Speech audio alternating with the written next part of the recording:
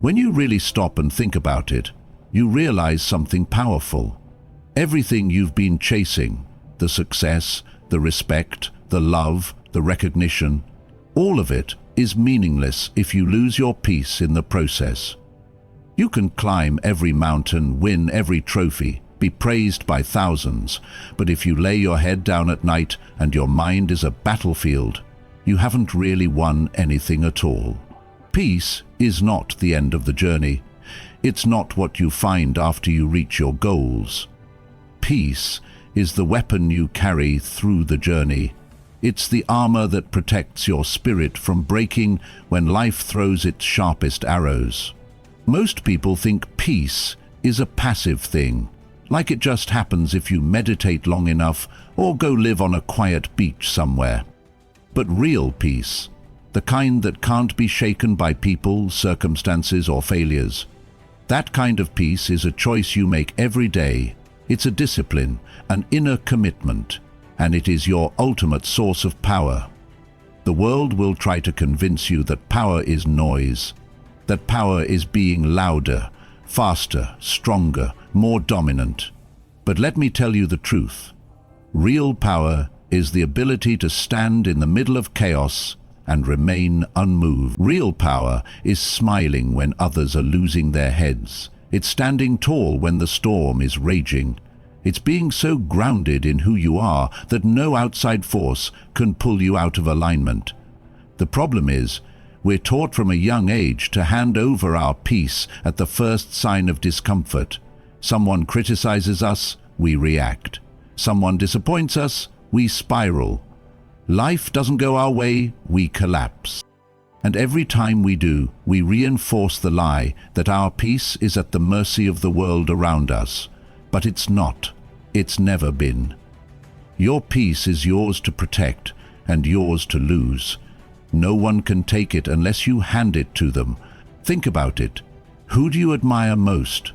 It's not the ones who are always reacting, always shouting, always desperate for validation. It's the ones who move through the world with quiet certainty, who carry themselves with calm confidence, who respond instead of react. Those are the ones we respect, because deep down we all recognize real power when we see it. And it always looks like peace.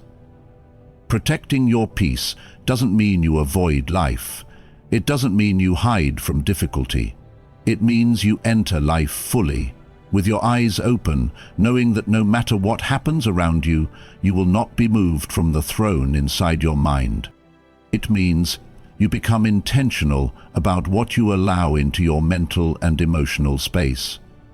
You realize that every time you engage in a pointless argument, every time you obsess over something you can't control, every time you let someone's bad energy seep into your spirit, you are giving away pieces of your power.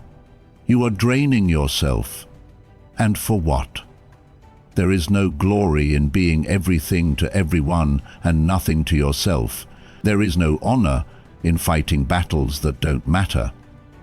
Real warriors, real leaders, real legends, they conserve their energy for the battles that build them, not the ones that drain them. And they never, ever trade their peace for anything temporary. You have to start asking yourself, does this deserve my energy? Does this deserve my attention? Does this situation deserve my peace? If the answer is no, walk away. Protect your energy like your life depends on it, because in a very real way, it does.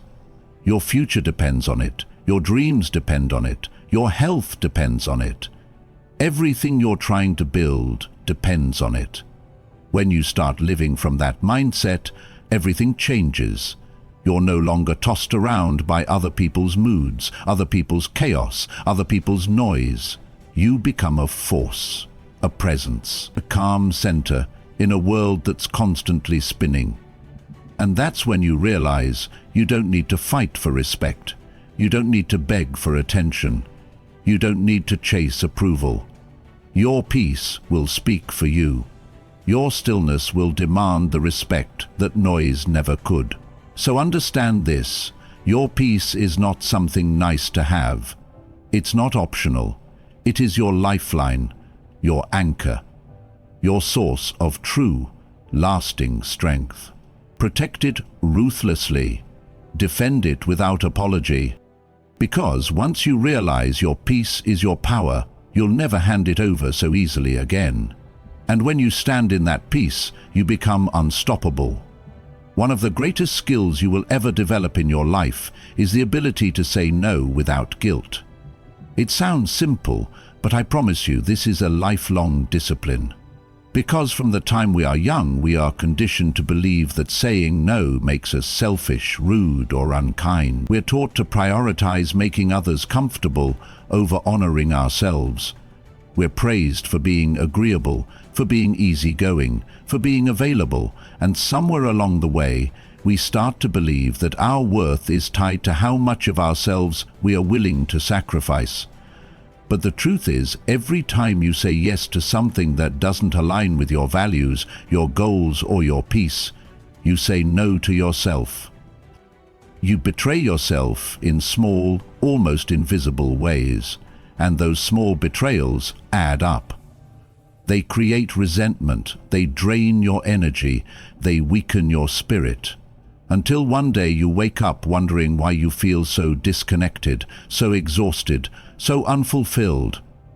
It's not because you're weak, it's because you forgot that your first loyalty must be to your own soul. Saying no is not about being harsh. It's not about being cold. It's about being clear. It's about respecting your time, your energy, your mission. When you say no to things that don't serve you, you are saying yes to your purpose. You are clearing space for the things that actually matter. You are standing guard at the gates of your life, deciding with intention who and what gets to enter. Most people don't understand this. They think being a good person means being endlessly available. They think being a good friend means abandoning yourself every time someone calls. But you know better. You know that true strength is the ability to honor your boundaries without needing to explain them. You don't have to justify your no. You don't have to soften it. You don't have to over-explain it to make someone else comfortable. No is a complete sentence. And yes, it will feel uncomfortable at first. Your old conditioning will rise up. You'll feel the urge to explain, to apologize, to soften your stance. You'll hear the voices in your head saying, "But what if they get mad? What if they think I'm selfish? What if they leave?" Let them. Because anyone who demands that you betray yourself to keep them comfortable is not someone you need close to you anyway. You are not responsible for managing other people's emotions. You are not responsible for shrinking yourself to fit into their expectations. You are responsible for standing tall in your truth. You are responsible for guarding your peace like your life depends on it, because it does. And here's the beautiful thing. The more you practice saying no, the stronger you become. The guilt fades, the fear fades. What grows is your clarity, your focus, your sense of self-respect.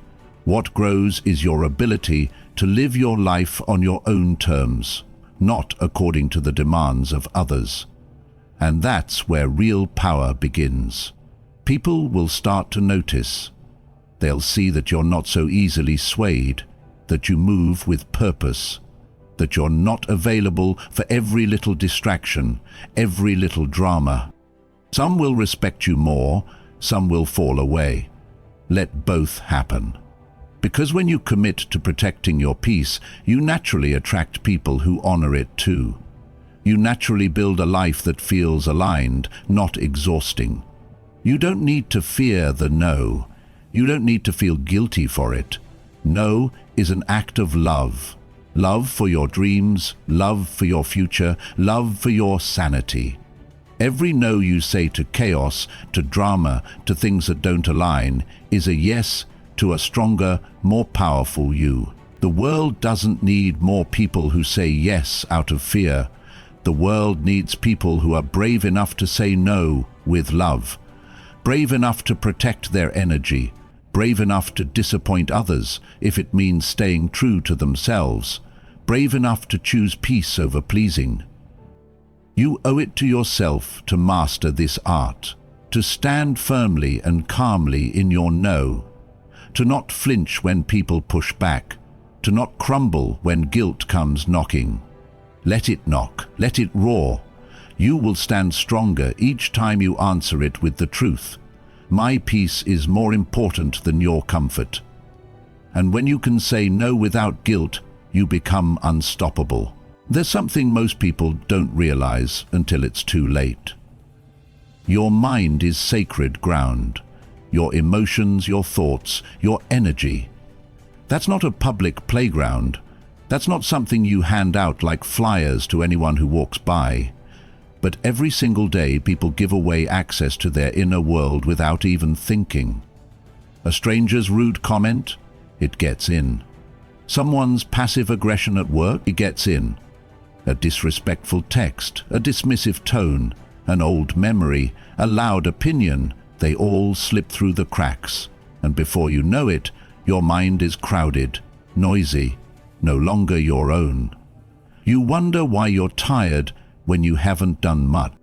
You wonder why your spirit feels heavy even when your schedule looks light. It's because your emotional house is full of guests you never invited. You've opened the door to energy that doesn't belong to you, and now it's eating away at your peace from the inside. You've got to get serious about who and what you allow to influence your mental space. Just like you wouldn't let a stranger walk into your home and rearrange your furniture, you can't keep letting people walk into your mind and rearrange your mood, your confidence, your sense of calm. Your mind is your temple, your command center. You must protect it like your future depends on it, because it does. Most people think control means managing the outside world, but the real power is managing your internal world. It's not about controlling others, it's about mastering yourself. And that starts with learning how to guard your emotional energy like a vault. If something doesn't serve your peace, it doesn't get in. If someone's energy feels off, it doesn't get in.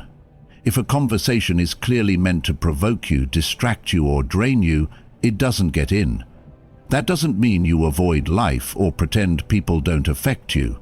It means you build enough awareness to pause, observe, and choose. You don't have to absorb every emotion that's projected onto you. You don't have to internalize every opinion. You don't have to engage every time someone throws negativity your way. You are allowed to feel it, see it, and walk right past it with your peace intact. But this takes practice. It takes patience. Because the world will test you. People will poke at your soft spots. They will bait you, trigger you, challenge you. And in those moments, the old you will want to react, to defend, to argue, to explain. But the wiser you knows better. The wiser you knows that not everything deserves a response. Not every comment is worth your clarity. Not every person is worth your explanation.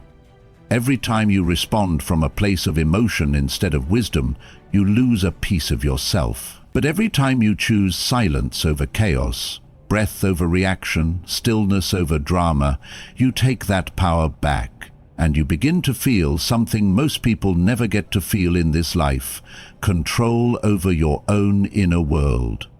The truth is, you are not responsible for the energy others bring. You are only responsible for how long you let it stay. You get to choose what thoughts take root. You get to choose what feelings you nurture. You get to choose what energy you carry into the world. And that's not just power, that's freedom. Imagine living a life where your peace is no longer dependent on anyone's behavior, but your own discipline, where your joy can't be taken because it's no longer stored in things or people or outcomes. It's stored within you. That's what happens when you stop giving free access to your mind and emotions. You become centered. clear, grounded. You move from reacting to responding, from absorbing to observing, from being easily swayed to becoming deeply rooted. Let people have their opinions. Let them misunderstand you. Let the noise happen. That's not your job to fix. Your job is to guard the gates of your mind so that what lives inside of you is peace, focus, strength, and clarity. You don't owe anyone emotional access just because they show up in your life. Emotional access is a privilege, and from this moment forward, you decide who earns that privilege. So be ruthless with your peace, be selective with your energy, and be unapologetic about protecting your inner world like it's everything, because it is. And when your mind is no longer a playground for chaos, you will begin to live like a fortress, calm, solid, untouchable. One of the most powerful shifts you will ever make in your life is this: finally letting go of the need to fix, save, or change other people. And I say need on purpose, because for many of us, it's not a preference, it's a compulsion. We carry this heavy belief that it's our job to pull people out of their patterns, to rescue them from their own chaos, to wake them up to their potential. And we do it out of love, out of care, out of a good heart. But often, underneath it all, there's something else hiding. The fear that if we don't fix them, we'll lose them. The fear that if we let them be, we're failing them. The belief that our worth is tied to how much we can hold together. Let me tell you the truth, trying to carry people who refuse to walk will break you. Not only is it impossible, it's not your responsibility. Everyone has their own path. Everyone has their own lessons to learn, their own timing, their own journey. And the second you make it your mission to manage their evolution, you lose yourself. You start burning your own energy, trying to light a fire under someone who doesn't even see the match. And that fire, it starts to turn on you. It burns you out. It empties you. It creates resentment, disappointment, frustration. You are not here to be the savior. You are not here to drag people into their healing. You are here to live your truth so fully and so unapologetically that it inspires others to rise, not because you pushed them, but because your presence woke something up in them. It's not love to take responsibility for someone else's choices. It's not kindness to keep rescuing someone from the consequences they need to experience to grow. Sometimes love means letting people fall. Sometimes love means stepping back, not because you've stopped caring, but because you've started honoring yourself. And that shift, that's where your peace begins. Now, this doesn't mean you stop being compassionate. It doesn't mean you become cold or detached. It means you learn to love with boundaries. You learn to support without carrying. You learn to be there without losing yourself in the process. You stop trying to shape people into what you think they should be, and you start accepting them for where they are, fully, clearly, honestly. And sometimes that means walking away, because the hard truth is you cannot grow for someone else. You cannot make someone ready. You cannot force someone to value peace, to want healing, to rise above their excuses. If someone doesn't want to meet you in the light, you have to stop dragging them out of the dark. They'll rise when they're ready, or they won't. But either way, you can't keep shrinking yourself to fit inside their struggle. Letting go doesn't mean giving up. It means releasing the illusion of control. It means trusting that life will teach them what you no longer need to. And it means recognizing that your peace, your clarity, your strength matters just as much as their journey. Some people might call that selfish. Let them.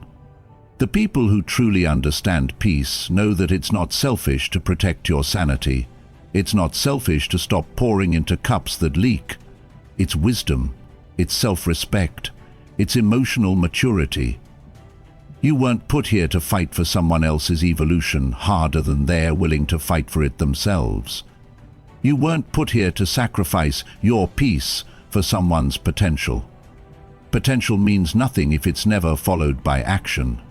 Stop getting attached to who people could be and start seeing who they really are. Right now, not in theory, not in fantasy. That clarity will set you free. You can love people and still let them go. You can care deeply and still choose distance. You can hope for the best in someone and still walk away when your soul is no longer safe in their presence. That is not cruelty, that is courage. So breathe, let them walk their path, let life teach them. Let the lessons come when they're ready. And in the meantime, return to yourself. Pour that energy back into your own peace, your own growth, your own life. Because the more you try to save others, the more you risk losing yourself. And when you finally let go of what was never yours to carry, you rise lighter, freer, and more powerful than ever before. We live in a world that moves fast, loud, and messy. People shouting their opinions, notifications buzzing, expectations pulling you in every direction, pressure from the outside constantly trying to shape your inside. And if you're not rooted deep within yourself, all that noise becomes your reality. You start reacting to everything. You start absorbing energy that doesn't belong to you. You get pulled into battles that aren't yours, conversations that drain you, chaos that was never meant for your spirit. But the truth is, you don't need to control the chaos to find peace. You don't need to wait for the world to calm down before you feel calm within. You need to build something stronger than the noise, something deeper, something that doesn't flinch every time life gets loud. And that something is inner stillness. Stillness is not weakness. It's not passivity. It's not checking out. It's the opposite. Stillness is a kind of presence so powerful that the storms around you lose their grip. It's a quiet mind in a noisy world. It's the strength to be unmoved when everything around you is shaking. It's when the chaos becomes background noise because your focus, your breath, your peace is front and center. And this kind of stillness, it doesn't just show up. You build it, one moment at a time. It begins with awareness, with watching your reactions, with noticing when someone's energy hijacks yours, when someone's tone pulls you out of alignment. You start seeing how easily you get caught in other people's storms, and then you begin pulling your energy back. You breathe, you pause, you remind yourself, I don't have to attend every fire I'm invited to. I don't have to explain myself just because someone is uncomfortable. I don't have to match the volume of the world. I can stay soft, calm, powerful, no matter how loud things get outside. And here's what happens when you commit to that practice. You stop being easily triggered. You stop being pulled by every emotional current around you. You stop making impulsive decisions just to escape discomfort, and you start walking with clarity, with presence, with depth. You begin to embody something rare, peace in motion. You carry it into rooms where others are tense. You anchor it in conversations where others are reactive. You become a stabilizer, not by force, not by trying to fix anything, but just by being so grounded within yourself that your presence reminds others what calm looks like. Stillness is what allows you to choose, not react.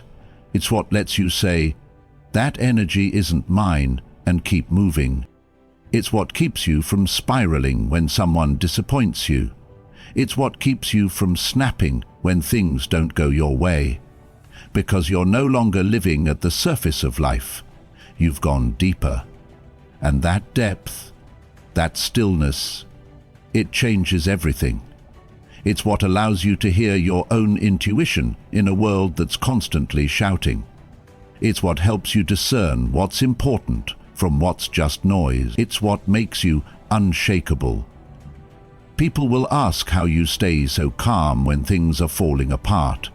They'll wonder why you're not reacting the way they expect you to.